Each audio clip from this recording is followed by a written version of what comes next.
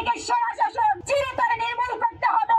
যে দুই ধরনের শাসন ব্যবস্থাই বাংলাদেশে চলে, এই দেশীয় অস্ত্র থেকে শুরু করে গুলি করে আজকে আমাদের ভাই বোনদেরকে রক্তাক্ত করা হচ্ছে। রাষ্ট্রে যখন কোনো অন্যায় হয় তখন একমাত্র এবং একমাত্র কাজ হয়ে দাঁড়ায় সেই অন্যায়ের প্রতিকার করা।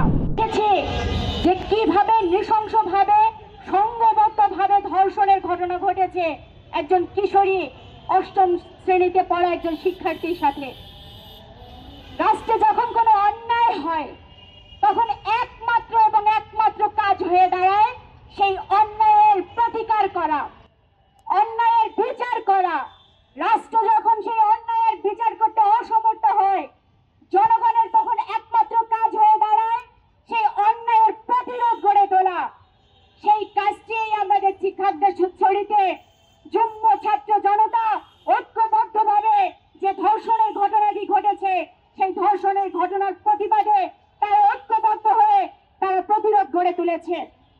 সংগ্রামী বন্ধুগণ, আমরা দেখছি সেই প্রতিরোধে তারা সামিল না হয়ে রাষ্ট্রীয় বাহিনী এবং যে সন্ত্রাসীরা একত্রিত হয়ে সেই আন্দোলনকারী ভাই বোনদের উপরে যে নির্মম ভাবে আজকে হামলা করা হচ্ছে, আমরা শুনতে পাচ্ছি সেখানে নাকি প্রাণহানির ঘটনা পর্যন্ত ঘটেছে। আমরা বলতে চাই অনতিবিলম্বে এইসব বন্ধ করুন। আজকে পাহাড়ে যে রক্তের বন্যা বয়ে দিয়েছেন আপনারা, সেই রক্তের বন্যা শুধু পাহাড়ে থাকবে না, সেই রক্তের যে স্রোত আমরা দেখছি যে আমরা এই বিক্ষুব্ধতা সারা বাংলাদেশে ছড়িয়ে পড়বে।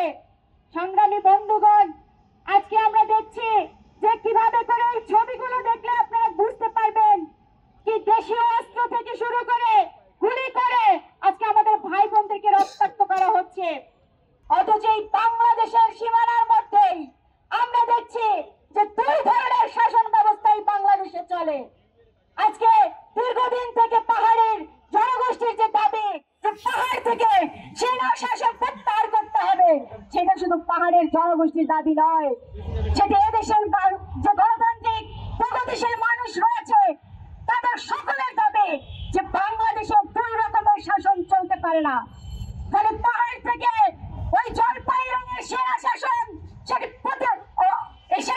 বাতিল করতে হবে এবং পাহাড়ের জনগোষ্ঠীর যে দাবি, ভূমি কমিশনের যে দাবি, তাদের যে বেঁচে থাকার দাবি, তাদের নিরাপত্তার দাবি, সেই দাবিতে ঐক্যবদ্ধ হতে হবে। সংগ্রামী বন্ধুগণ, আজকে এই সমাবেশ থেকে স্পষ্ট করে বলতে চাই অনতিবিলম্বে এই ধর্ষণের সাথে যারা যুক্ত সেই ধর্ষকদের গ্রেপ্তার করে বিচারের আওতায় আনতে হবে। একই সাথে পাহাড় থেকে সেনা শাসন চিরতরে নির্মূল করতে হবে এবং যারা এই যে কয়েকদিন থেকে আমাদের ভাই বোনদের উপর হামলা চালিয়েছে সেনাবাহিনী এবং সন্ত্রাসীদের গ্রেপ্তার করে আইনের আওতায় আনতে হবে।